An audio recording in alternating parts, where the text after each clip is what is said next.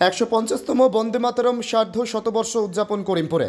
নদিয়ার করিমপুরে ভারতীয় জনতা পার্টির পক্ষ থেকে করিমপুর মণ্ডল ৩-এর উদ্যোগে আজ বঙ্কিমচন্দ্র চট্টোপাধ্যায়ের ১৫০তম বন্দে মাতরম সার্ধ শতবর্ষ উদযাপন। আজ নতিডাঙ্গা মোড় থেকে অরাজনৈতিক মিছিলের আয়োজন করেছিল তারা। নারী ও পুরুষ প্রত্যেকের হাতে ছিল ভারতের জাতীয় পতাকা। তারা নতিডাঙ্গা মোড় থেকে মিছিল শুরু করে করিমপুর পুরাতন বাসস্ট্যান্ডে এসে সমাপ্ত করে মিছিল। পরে করিমপুর পুরাতন বাসস্ট্যান্ডের সামনেই তারা ১৫০টি প্রদীপ জ্বালিয়ে বন্দে মাতরম উদযাপন করেন। এই কর্মসূচিতে উপস্থিত ছিলেন গৌতম শিকদার ও মুর্শিদাবাদ লোকসভা কেন্দ্রের সাংগঠনিক মহিলা মোর্চা আরাধনা বিশ্বাস। নদিয়ার করিমপুর থেকে অর্ধেন্দু মালাকারী report, crime press Bengal news.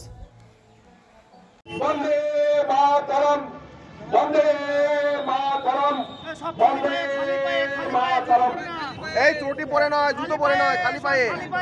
আমরা প্রত্যেকে একটা করে ধরাবো, কেউ দুটো ধরাবে না, ঠিক আছে? জাতীয়তা পরিবেশে সকলের একটা একটা হয়ে গেলে তারপরে যদি কিছু থাকে তারপরে ধরাবেন।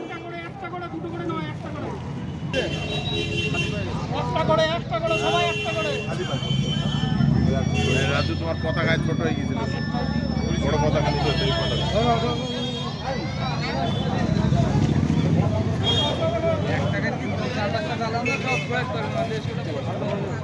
কাপড় পুড়ে যাবে।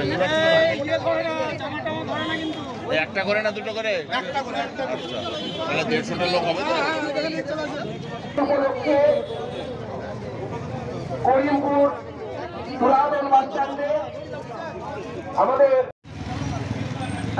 ১৫০তম দিন, এই ১৫০তম বন্দে মাতরম দিনে